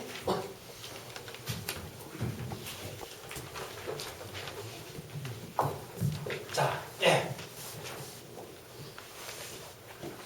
자, 대략 그리세요. 우리 태양별이 앞으로 평생을 어떻게 살아가는가? 이 도표 하나로 그릴 수 있어요. 진짜 이거는 지식 중의 지식입니다. 참 이 물리학이 위대하잖아요. 우리 지구가 어떻게 될지도 모르는데 태양을 거의 정확히 알아요. 천문학자들은 태양이 50억 년 후에 100억 년 후에 마지막에 어떻게 되고 중간 단계 어떻게 되고 그 단계별로 다 알아요. 미리 살아보지도 않고 알아요. 그 얼마나 놀라운 짓이에요. 그 과학을 강조할 수가 없잖아. 진짜 과학이 위대한 거야. 공부가 위대할 수밖에 없잖아. 태양을 인류 역사상 대부분의 신화의 시대에서 태양신을 믿었는데 그렇게 맨날 태양신 믿고 뭐 태양의 자손이고 천손이고 어쩌고 했지만은 천문학자들은 태양이 실제로 어떻게 됐고 어떻게 생겼고 실제로 중간에 어떻게 되고 마지막에 어떻게 되고 그래서 그거하고 우리하고 어떤 관계가 있고 과학들이 진짜 우주에서 도대체 무언가를 숫자로 명확하게 잡히도록 따뜻을 하도록 보여주잖아요.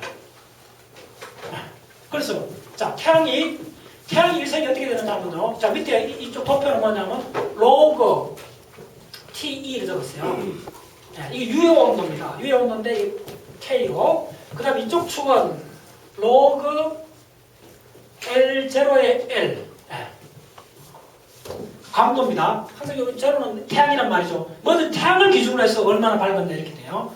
자, 그래서 그냥 육막도만 그리면 된다. 근데 육막도를 기억하셔야 됩니다. 대부분 별은 일생의 90%를 보내는 게 주결성 단위입니다. 주결성 이렇게 있어요. 주결성.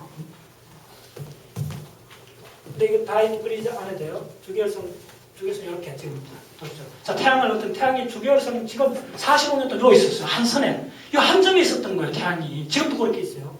그러다가 어떻게 되느냐면 앞으로 한 50억 년 후면 이 점을 벗어납니다.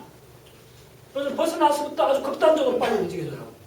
어떻게 움직여주냐면 이렇게 쭉 가다가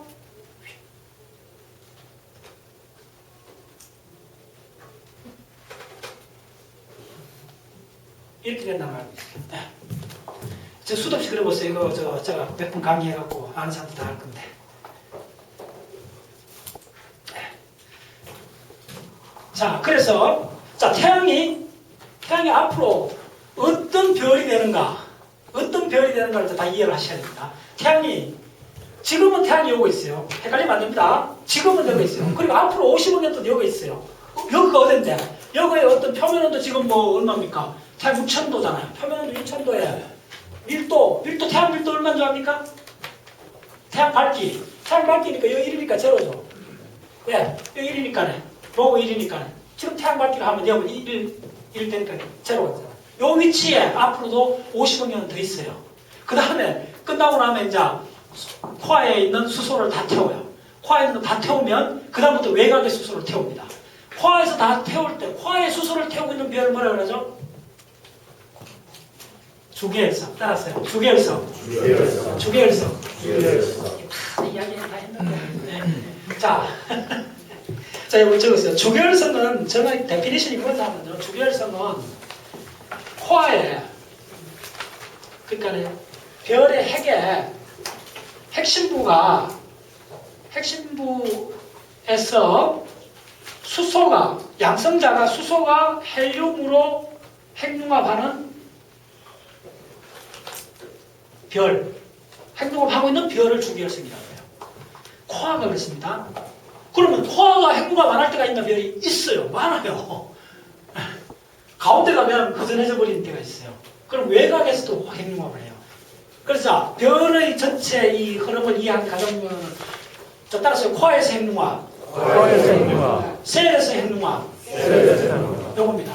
코아에서 하거나 셀에서 하거나 또 일단 두 개 중에 그러니까 이런 거예요. 핵융합이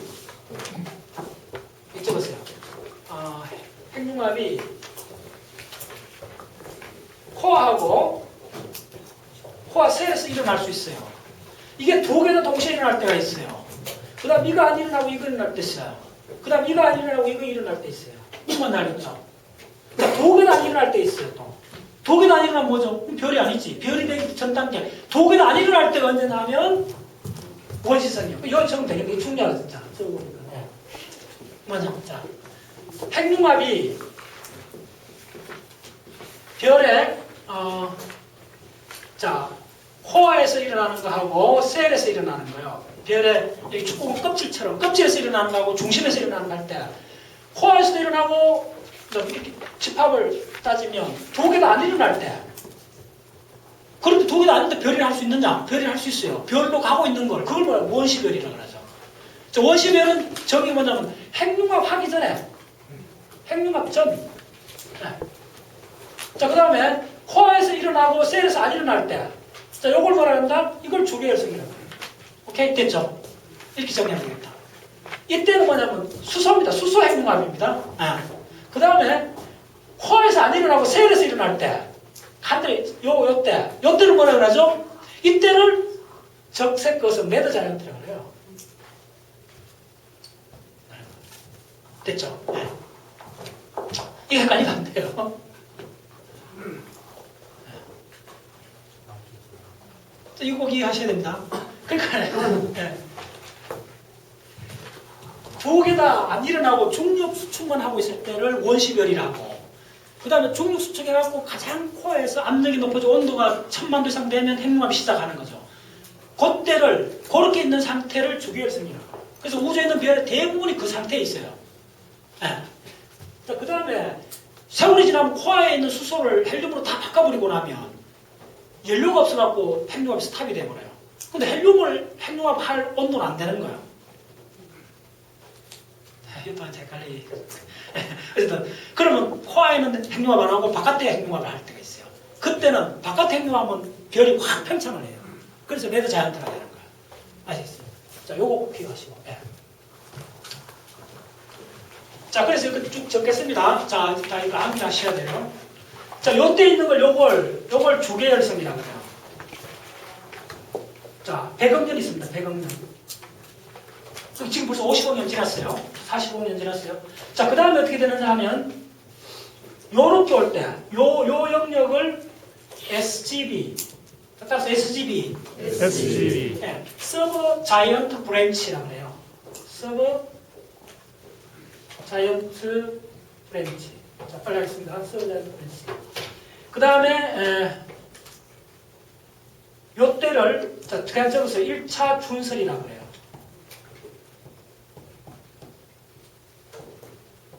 준설이란 말 혹시 나이 드신 분들은 잘 알 건데 도랑치는 거 준설 작업한다 하잖아요. 그걸 영어로 드러지업이라고 해요. 따라서 드러지업. 드러지업. 이게 중요합니다. 1차 준설이 일어나요. 자, 준설이 이거 저 땅 파는 거잖아요. 저 어디 있죠? 지금 하고 있죠? 이게 일종의 준설이요. 이렇게. 예. 밑에 있는 거, 그 강바닥에 있는 걸 끌고 내는 거잖아요. 준설이. 예. 그거 일어나고 있어요. 1차 준설이. 자, 그 다음에 어떻게 되냐면, 요 브랜치를 뭐라 그러냐 하면, 적었어요. 드디어, 레더 자이언트 브랜치. RGB. 따라서 RGB. 지금 기본입니다. RGB. B가 브랜치 가지란 말이에요. 자, 그 다음에 요때 일어나는 게 뭐냐 하면, 요때 헬륨 플래시. 헬륨 플래시가 일어나요. 그러니까 헬륨 그 안에 있는 코아에 축되는 전자, 압을 넘어서는 압력이 올리면 그것을 지구만한 데서 갑자기 헬륨이 핵융합을 해요. 헬륨이 표면에서 코아의 덩어리 표면에서 하고 있어요. 네. 그 다음에 어떻게 되냐면 요 지점이 올 때, 자, 요 지점이 올 때는 잘 보세요. 코아도 핵융합하고 셀도 핵융합을 해요. 네. 이때는 코아는 뭘 돼 있죠? 코아 핵이 뭐죠? 이 바깥에 있다고 보셔야 돼요. 이게 다 제가 3년 전에 했는데, 아니요. 수소가 아니요. 자, 그러니까 이거 공부를 해보시면 장난이 아니에요, 사실은. 익숙해져야 돼요. 지금 헬륨은 다 바뀌어져 있잖아. 뭐냐고, 헬륨이 언제 끝났나 그걸 아셔야 돼요. 헬륨도 다 바뀌어진 시대가 주기열성 앞으로 50억 년 후, 토탈 100억 년 후면 다 바뀌어져 있는 거야. 바뀌어져 있기 때문에 외곽 이쪽으로는 이 외곽이 타는 거예요. 그러니까 이쪽에 적었어요. 요즘에. 이거 안 적어줬구나, 내가. 그래, 셀, 외곽, 연소. 외곽에 수소가 연소하는 거예요, 수소가. 그럼 수소가 연소란 말이 핵융합입니다. 천문학 책에서 이런데 연소란 말이 많이 나오는데, 그건 핵융합을 말하는 겁니다. 네. 자, 외곽에 있는 건 뭡니까? 아주 별에서 외곽 다 수소잖아요. 수소가 연소를 하면 뭐로 바뀌죠? 헬륨으로 바뀌는 거예요. 이때부터 전부 헬륨으로 바뀌고 있어요. 근데 헬륨으로 바뀌고 있는데 그 헬륨이 핵융합을 하느냐 안 하느냐 이 문제예요. 헬륨이 핵융합을 하려면 적어도 1억도 이상이 돼야 돼요. 근데 1억도까지 안 올라가고 있어요, 지금. 그러니까 헬륨이 위에서, 이게 좀 꼭 기억하세요. 자, 여기서 셀에서 핵융합을 하잖아요. 핵융합을 하면 여기서 쟤들이 뚝뚝뚝 떨어질 거 아니에요. 이렇게. 이게 뭡니까? 요게 제가 뭐냐 하면 헬륨입니다. 그걸 볼게요. 이거 파란 게 뭐냐면 수소입니다. 수소가 핵융합에서 헬륨이 되니까. 뒤에 나옵니다. 그래서 이게 코아가 헬륨이 쌓여요. 그러면 이 헬륨이 어떻게 되냐면 나중에 단단하게 쌓이겠죠. 수천만 년 지나면. 그러면 이게 외부의 압력에 견딜 수 있는 이게 사이즈가 물리적으로 그 계산해낼 수가 있어요. 그게 진짜 재밌어요. 이게 뭐냐 하면 적었어요. 샘버그 찬드라 질량 한계라는 게 있어요. 이게 아무렇게나 계속 커지는 거 아니에요. 제가 보여갖고. 네. 어떤 질량 한계를 넘어가면 붕괴가 돼버려요. 그 샘버그 찬드라 질량 한계인데 미리 한번 언급해 드릴게요. 어떻게 되느냐 하면 IC 그러니까 이소서멀 코아 자, 등핵 등온핵 등온백. 아이소스멀 코어 무슨 말인지 영어로 하면 더 빠를 거예요. 아이소스멀 코어. 예.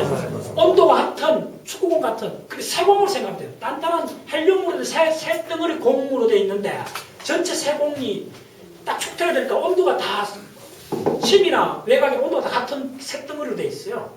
이게 이제 그 상태로 되면 그럼 이 쇳덩어리가 이 바깥의 수소 두꺼운 가스를 견디고 있잖아요. 중력으로. 이 견디고 있는데 도대체 그럼 계속 견딜 수가 있느냐? 아니면 언제 붕괴되느냐? 이게 천문학에서 되게 중요한 포인트입니다. 언제까지 그 한계를 이론적으로 계산한 게 샌버그하고 챈드라 스카라 두 사람이 해갖고 그걸 챈드라 샌버그 질량 한계에서 적었어요. SC 이렇게 적습니다. 거기 어떻게 되냐면 대략 0.37 곱하기 뮤 IC 뮤 엔발롭의 자성입니다. 좀 고급 천문학 이론에 속한데 비교해 놓으세요. 네. 자, 이거 보세요. 참 재밌어요. 이때 뮤가 뭔지 압니까? 평균 분자량이에요. 그게 뭐죠? 화학 조성이에요. 그렇죠. 아까 첫 번에 뭐랬죠? 보각 몇 셀 정리가 뭐죠? 화학 조성하고 질량에서 별이 평균 상태가 완전히 결정된다 그랬잖아요. 이거 한 대가 나오는 거예요. 가장 중요한 게 평균 질량들이에요. 평균 분자량, 평균 분자량. 근데 이거 계산해줘야 돼요. 나도 먼저 계산해 드릴게요. 이거 어떻게 되느냐면 집어넣으면 0.37 곱하기 적어놓았어요. 엔발롭은 이 바깥에 있는 가스의 평균 분자량 그게 얼마냐면 0.61입니다. 태양 같은 경우에. 그 다음에 요 안에 있는 요거에 완전히 안에는 다 이용화된 상태로 있는 게 얼마냐면 1.34인가 그래요. 36인가? 그거의 제곱이요. 이래 하면 답이 얼마 나오냐면 이걸 해보시면 0.08이 나와요. 이 말은 뭐냐면 이 세공으로 된, 이 헬륨 공으로 된 이 공이 아무리 커도 질량이, 태양 질량의 8%를 넘어갈 수가 없다는 거예요. 그 질량 한계를 알게 된 거예요. 태양의 경우에. 그보다 더 이 쌓여있는 잿덩어리가 더 질량이 많아지면 이게 붕괴를 해버려요. 위에 있는 가스를 못 막아내고 붕괴를 해버리는 현상이 생겨요. 그걸 그 질량 한계를 샌버그 찬드라 질량 한계. 따라서 샌버그 찬드라 질량 한계. 샌버그 찬드라 질량 한계. 샌버그 찬드라 질량 한계. 샌버그 찬드라 질량 한계. 이거는 미리 말씀드렸는데 작년도 제가 그 강의를 추천해준 책 있잖아요. 천문학 3권짜리 그 1500페이지 되는 거. 그 책에만 나옵니다. 다른 책은 보기 드물어요. 근데 이게 한 3페이지 걸쳐서 수식 전개하면 이 유명한 공식이 나와요. 오케이. 자, 그 다음에 계속 가겠습니다. 자, 따라오세요. 그래서 지금 이야기하는 지금 이 현상입니다. 지금 어떻게 되냐면 자, 그런데 재밌어요. 태양인 경우에는 이게 지금 헬륨으로 된 덩어리가 딱 돼 있는데 이거 말고 플러스로 응응군이 또 하나 더 있어요. 뭐냐면 여기에 전자들이 축태된 상태, 축태전자들이 도와줘요. 그걸 또 굳이 그리려면 뭐 참 어렵긴 한데 축태 전자가스 축태 전자가스 예. 자, 왜 연력학을 먼저 했느냐면요.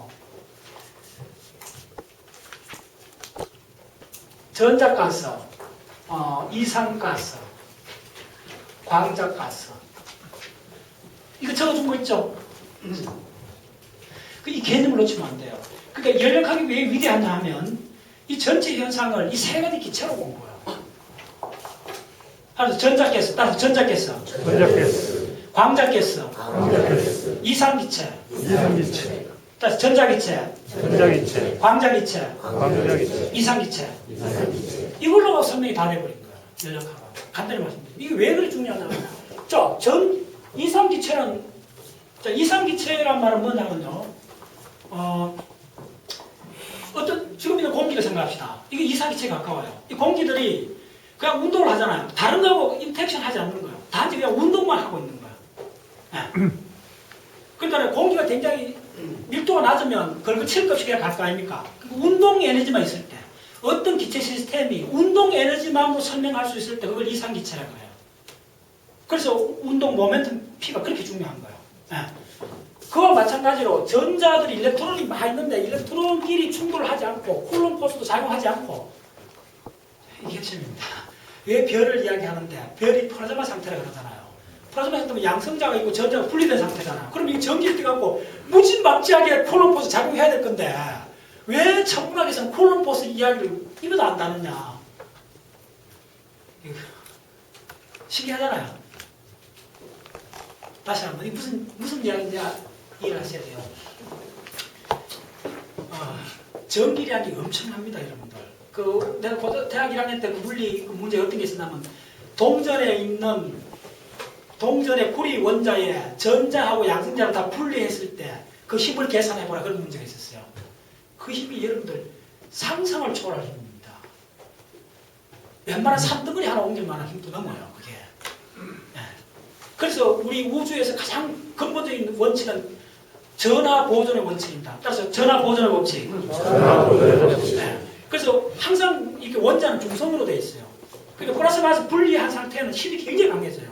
근데 우리가 세포의 생명 현상이 왜 그렇게 다이내믹해졌냐 하면 세포 내에는 이게 이온화되어 있는 거예요. 근데 보통 자연의 상태에서는 온도나 외압이 동작하지 않을 때는 원자 중성 상태로 되어 있어요.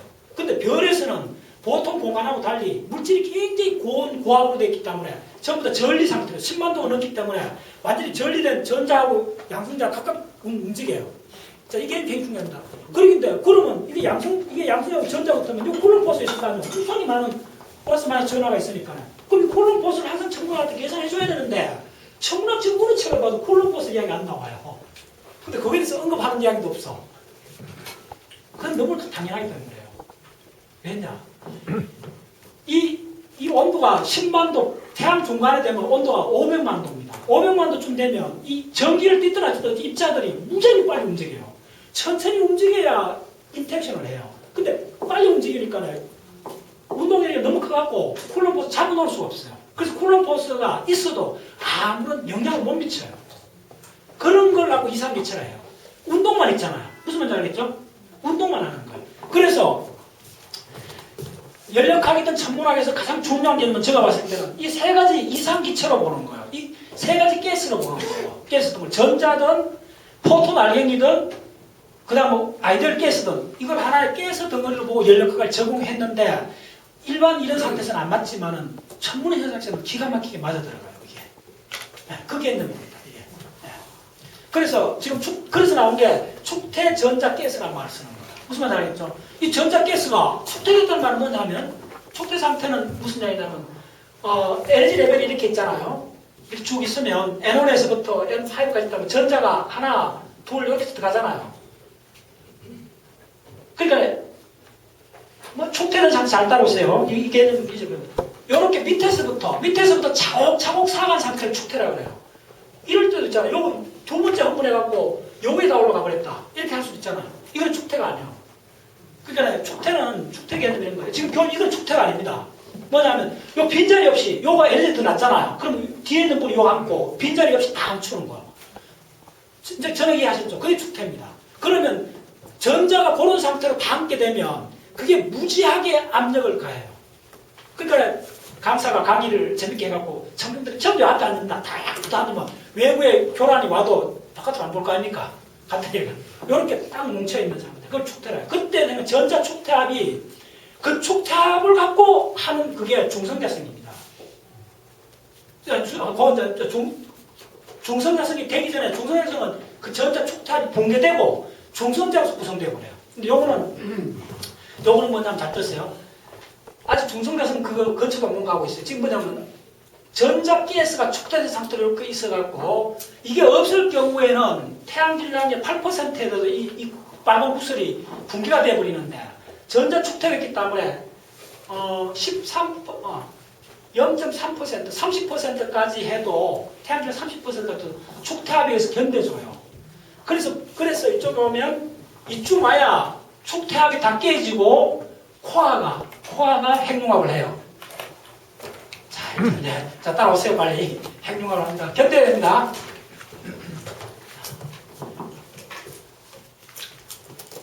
자, 코아 핵융합하고 셀은 하겠어요, 안 하겠어요, 이때?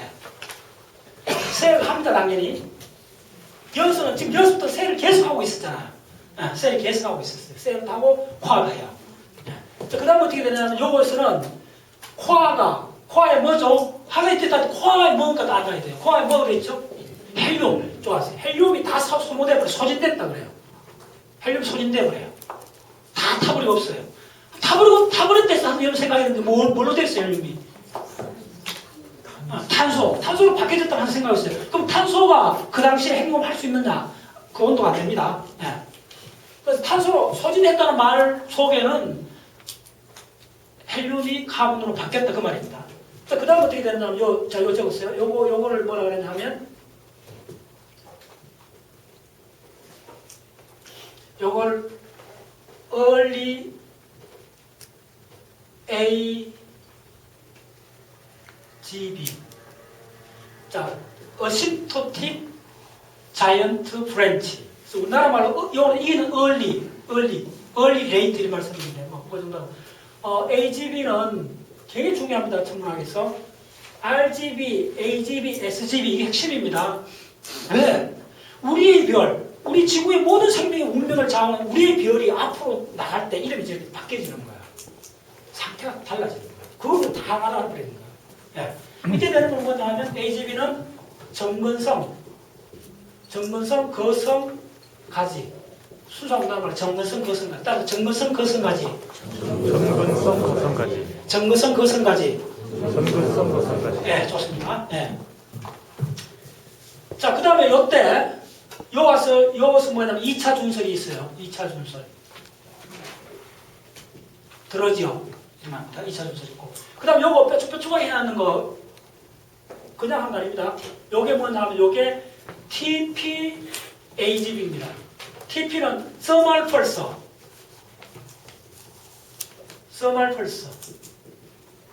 네, Thermal Pulse. 열맥동 AGB. 따라서 열맥동. 열맥동. 네, 핵심입니다. 열맥동. 이게 바로 변광성이죠. 열맥동이 일어나는 거예요. 열의 파동이 일어나는 거예요. 밝기가 수천 년 혹은 수십일 동안, 예전에 기기가 있는데, 밝아졌다, 어두웠다. 별의 등급이 바뀌어져요. 이때. 우리 태양이 앞으로 올라갑니다. 앞으로 한 75년 후가 될지 이렇게 됩니다. 자, 그 다음에 어떻게 되느냐 하면 AGB입니다. 자, 그 다음에 여기서부터는 자, 요쯤 오면 자, 그리세요. 여러분들 혹시 천문학 사진 보면 담배연기처럼 가지고 점 하나 딱 찍힌 거 봤죠? 이게 뭐죠? 수도 없이 강의했는데 자, 이게 그 유명한 행성상 성문. 따라서 플래네타리 네뷸라. 예. 우리나라로 행성상 성문입니다. 예. 링 네뷸라라든지 많죠. 요 가운데 있는 요점이 뭐죠? 여기서 다 들어가는 요 가운데 있는 요점. 요점이 톡 갔어요. 요렇게 있는 요거. 요게 그 외로운 백색 외성이죠. 우리 태양도 앞으로 백색 외성이 됩니다. 그래서 지구의 운명은 어떻게 될지 모르지만 근데 지구의 운명도 어떻게 될지 알아요. 천문학자들이. 어떻게 될까요? 혹시 계산할 수 있는 분? 간단합니다. 대략 75년 후면 이 레드 자이언트 브랜치 오면 우리 태양 속으로 지구가 들어가 버립니다. 무지막지하게 커져요. 태양 크기의 10만 배 되는 별들도 있어요. 그 속에 태양이 그렇게 거대하게 퍼지면서 그 속에 들어가 버려요. 그러면 수개월 내로 궤도를 잃고 태양 지구가 멜팅되거든요. 다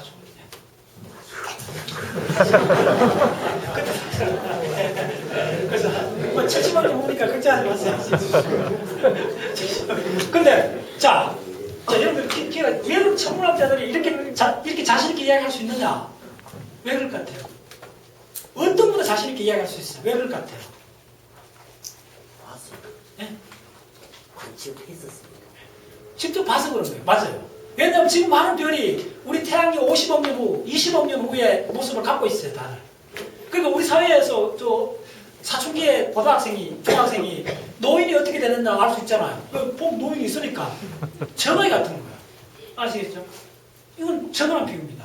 그래서 천문학이 자명한 학문인 게 왜냐하면 온갖 종류의 그 사람들 있잖아요. 옆에 있잖아요. 그래서 보면 알아요. 그래서 지금 우리 겨울철에 있는 오리온 자리에 있는 그 베텔기우스 같은 별은 앞으로 1000년 후면 못 봅니다, 여러분들. 그러면 외곽가스를 엄청나게 분출을 해갖고 1000년 후면 다 나라고 그래요. 그럼 남은 코에 있는 희미한 별 속에서만 나와요. 그 지금 뭐 보는 여러분들 유명한 별들 이러면 일등선은 대부분 다 레드 자이언트 계열입니다. 그런 별들은 수십만 년 이상 못 살아요. 지금 외곽가스가 분출하고 있는 바로 우리 태양의 한 70억 년 후 이 위치에 있는 이때 모습입니다. 그러니까 이 각각 모습들이 다 있어요. 근데 이거는 꼭 기억하셔야 돼요. 태양을 표적으로 해갖고 모든 별들이 대부분 이런 형태로 가요. 질량이 무거운 거는 몇 개 단계 생각해버리고 곧장 성질 급하게 하다가 퍽 터져가 죽어버려요. 하여튼 덩치큰 사람 성질 퍽 터져가 심지어 200만 년 만에 끝나는 별이 있어요. 근데 이 사람 이 별들이 참 많은 기회를 해요. 짧은 시간에 핵융합을 해갖고 그 많은 핵융합에 있는 그 엘리먼트 우주공간을 팍 뿌려주고 산화하는 거예요. 마무리해갖고. 그래서 그게 다시 모여갖고 또 계속 진화를 하는 거죠. 그래요. 잠깐 쉬었다 하겠습니다.